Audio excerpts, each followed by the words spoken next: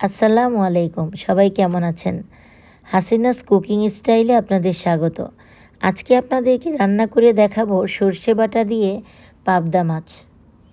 ইলিশ মাছ, বেলে মাছ, পোয়া মাছ সব মাছই তো সর্ষে বাটা দিয়ে খেয়ে দেখেছেন, কিন্তু পাবদা মাছ সর্ষে বাটা দিয়ে খেয়েছেন কি?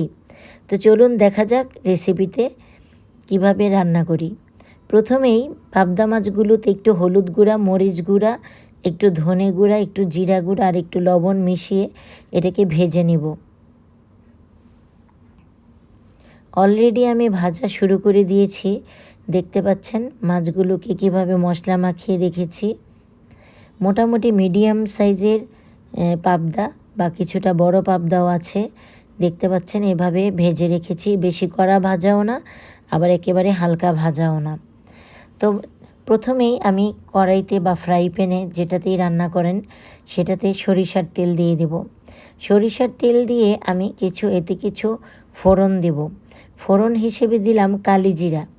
কালো জিরাটা আমি একটু ময়লা ছিল, সেই কালো জিরাটা আমি ধুয়ে রেখেছি, এই জন্য ধোয়া কালো জিরাটা দিলাম। তো এই জন্য হাত দিয়ে দেয়া লাগলো।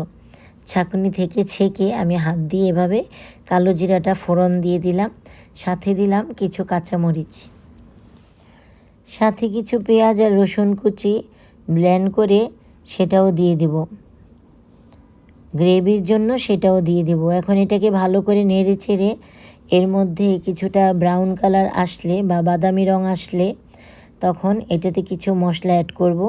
আপনারা আপনাদের কোয়ান্টিটি অনুযায়ী দিয়ে নেবেন। এখানে আমি হাফ চা চামচ পরিমাণ হলুদ গুঁড়া, হাফ চা চামচ পরিমাণ লাল মরিচের গুঁড়া, আর হাফ চা চামচ পরিমাণ জিরে গুঁড়া, হাফ চা চামচ পরিমাণ ধনে গুঁড়া দিলাম, আর দিলাম সেই সাথে স্বাদ মতো লবণ দিয়ে এটাকে ভালো করে নেড়ে চেড়ে একটু ভাজা ভাজা করব। ভাজা ভাজা করে ভালো করে নেড়ে চেড়ে নিব। দেখতে পাচ্ছেন ফ্রাই প্যানের পাশে লেগে যাচ্ছিল, তো যাতে লেগে না যায় বা মশলাটা পুড়ে না যায় সেই জন্য অল্প একটু পানি দিয়ে মশলাটাকে ভালো করে কষিয়ে নিব। মশলাটাকে ভালো করে কষানোর পরে এখানে 2 টেবিল চামচ পরিমাণ সরিষা বাটা দিয়ে দিব। আমি এটা আগেই বেটে নিয়েছিলাম, একটু ভিজিয়ে রেখে লাল সরিষা, এটা দিয়ে আবার কষাতে দিই। সরিষা বাটাটা দিয়ে ভালো করে একটু কষিয়ে তারপরে গরম পানি দিয়ে দেব। অন্যান্য সরিষা বাটা দিয়ে মাছ যেভাবে রান্না করেন অনেকটা প্রসেসিং এরকমই, কিন্তু আমি এর মধ্যে সরিষার তেল ইউজ করেছি আর কালো জিরা আর কাঁচামরিচ ফোড়ন দিয়েছি। তো যাই হোক, আপনি চাইলে শুকনা মরিচও ফোড়ন দিতে পারেন। পানিটা যখন বলক চলে আসবে তখন আমি মাছগুলোকে ছেড়ে দেব। এটা কিন্তু এমনি মাখো মাখো হবে, একেবারে চচ্চড়ি হবে না, আবার একেবারে ঝোলও থাকবে না।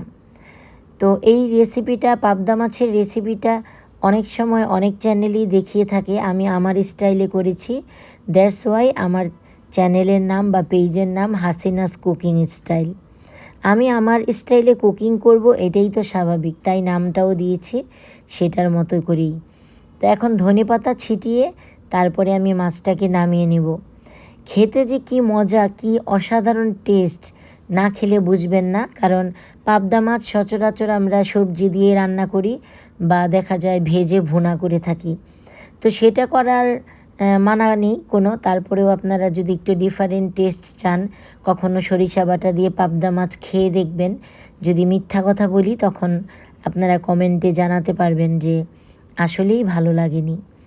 ইনশাল্লাহ ভালো লাগবে, মজা লাগবে এবং একটু ডিফারেন্ট টেস্টের হবে। আমান্তার বাবা তো খেয়ে মাশাল্লাহ প্রশংসা করেছে। মাঝে মাঝে যে কোনো জিনিসে একটু নতুনত্ব আনলে ভালো লাগে, কারণ আমরা বাংলাদেশে বসবাস করি, মা খালাদের রান্না করতে দেখি, একরকম রান্নাই সবসময় করব এমন তো না, নিজেরও কিছু ভেরিয়েশন দেয়া লাগে। মাঝে মাঝে রান্নায় নতুনত্ব আনলে তখন কিন্তু আপনার খেতেও ভালো লাগবে। তো যাই হোক, ভালো থাকবেন সবাই। আজকে এ পর্যন্তই, আর অবশ্যই আমার পেজটিকে ফলো দিয়ে রাখবেন। আল্লাহ হাফিজ।